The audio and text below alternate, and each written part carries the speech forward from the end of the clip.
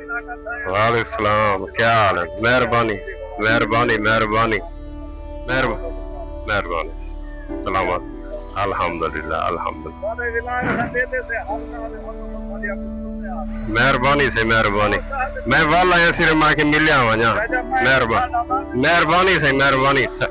अस्सलामुअलैकुम वरहमतुल्लाहि वबरकातुहू। अल्लाह मुबारक अला मुहम्मद व अला आले मुहम्मद कमा बरकत अला इब्राहीम व अला आले इब्राहीम इन्नका हमीदुम मजीद। दोस्तों मैं पांधियां पंध करंदा रह वेंदा। ये जरा तुसा इलाका दे पे वे ये वे हेड लसकानी। अगर जतोई वाले पासों आओसो तो तकरीबन कोई 4 किलोमीटर की दूरी ते है। अगर शहर सुल्तान वाले पासों आओसो तो तकरीबन 10 तो 15 किलोमीटर की दूरी दे उते ये बहु ही खूबसूरत ये इलाका हेड लसकानी का डिठे वे फ्रैश पानी भजदा पे ये जैसे जे हेड छोटा जहा पॉइंट है जरा इथा केर मोरियां बढ़िया हैं नाले बड़े हैं खाले बड़े हैं जिन्हें को ये पानी था तकसीम थींदे इनको आदन हेड लसकानी। बहु ही प्यारा खूबसूरत चौके ये बहु वड्डा दरख्त है एक बूहड़ दा ते नाल पिपेले मेरे ख्याल है ते हर वेले इथा केर खुशहाली रौनक आला जियां कि जे इलाका है रौनक आला चौक है हेड लसकानी दे नां तो मशहूर है। इडे दे पियो सो बेहतरीन इथा केर दिल लग वेंदे बंदे दा हाथ है जिले इथों दा माहौल दे दे ही चौक दा दे दे नाल ढाबेन चाह दे बिरयानी दे मुर्गियां ले खड़े छोटा जहा एक चौक है ज़रूरियात ज़िंदगी हर शय मिलती है। मेरे को पिछू एक बंदा सड मारी पिया हा उथा ढाबे ते बैठा हा होटल दे उते ते टाइम भी थोड़ा होंदे क्या करी जे कोई दोस्त वाला सिचुएशन ज बे बंदा मगरूर थी वेंदे ते ही सांगू वाला नहीं कोई वल्दी देंदा या जवाब देंदा ते लिहाजा टाइम दी किल्लत होंदी है ही सांगू साकू रोज़ी रोटी दी भी करनी पौंदी है तो आकू इलाके भी दिखावने पौंदे। मैं पिछी ते वेंदा पिया डेदा भी कौन हा बंदा जरा पिछू बार बार सड़ी पिया हा कोई ये आ गया बंदा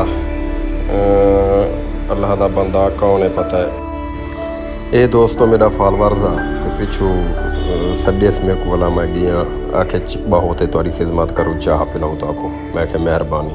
ये दोबारा मैं आ गया हेड लसकानी ते दोस्तों हुण मैं निकलदा पिया ये सामने जरा रोड वेंदा पे ये सीधा टापो टाप ग्रेड स्टेशन वाले चौक जतोई वाले ये रोड ते वहीं निकल से ये सीधा जतोई रोड वाले ते तकरीबन 3-4 किलोमीटर की दूरी दे होते है इतों कर जतोई मैं उड़े दो सफ़र करेंदा पिया सवेरे का टाइम है असल डिठे वे धुप जन होण निकलती वधिए बहु ही खूबसूरत वसेब हेड लसकानी दा। मैं काफ़ी अरसे तो तैयार हम जो भी ई साइड दो वेसा ते इलाका दिखे सा वसेब दिखे सा माशाल्लाह बहु ही खूबसूरत है जितना तारीफ़ करीजिए कम है। ये एक लंबा इलाका है हेड लसकानी दा ढेर सारे इनको जैसे जे देहात लगते हैं चौक को जरा ढाबे तुसा डिठे वे चौक हेड लसकानी वाला एक चौक है वे एक इथा केर ज़रूरियात ज़िंदगी की हर शय मिलती है इथा हर वेले रश रह वेंदे रश ही सब रह वेंदे एक तो नाल नहरे ते नंबर 2 दरख्त वड्डे वड्डे इथा केर ठंडा खोंदी है ठंडा माहौल होंगे ठंडी ठंडी हवा चलती पी होंदी है लिहाजा ढेर सारे लोग इथा केर आते दुपारा करेंदे बहांदे बाट खच लैंदे चाह पींदे बिरयानी खांदे बट्टा लई बैठे रह गए एक जियां कि जे रौनक वाला चौक है ये रौनक वाला चौक है बकाया ये वसेब देखो तुसा ये भी बहुत खूबसूरत है। सामने हुण जरा मैं जतोई रोड ते चढ़ा सा ये इथा के कब्रिस्तान है मशहूर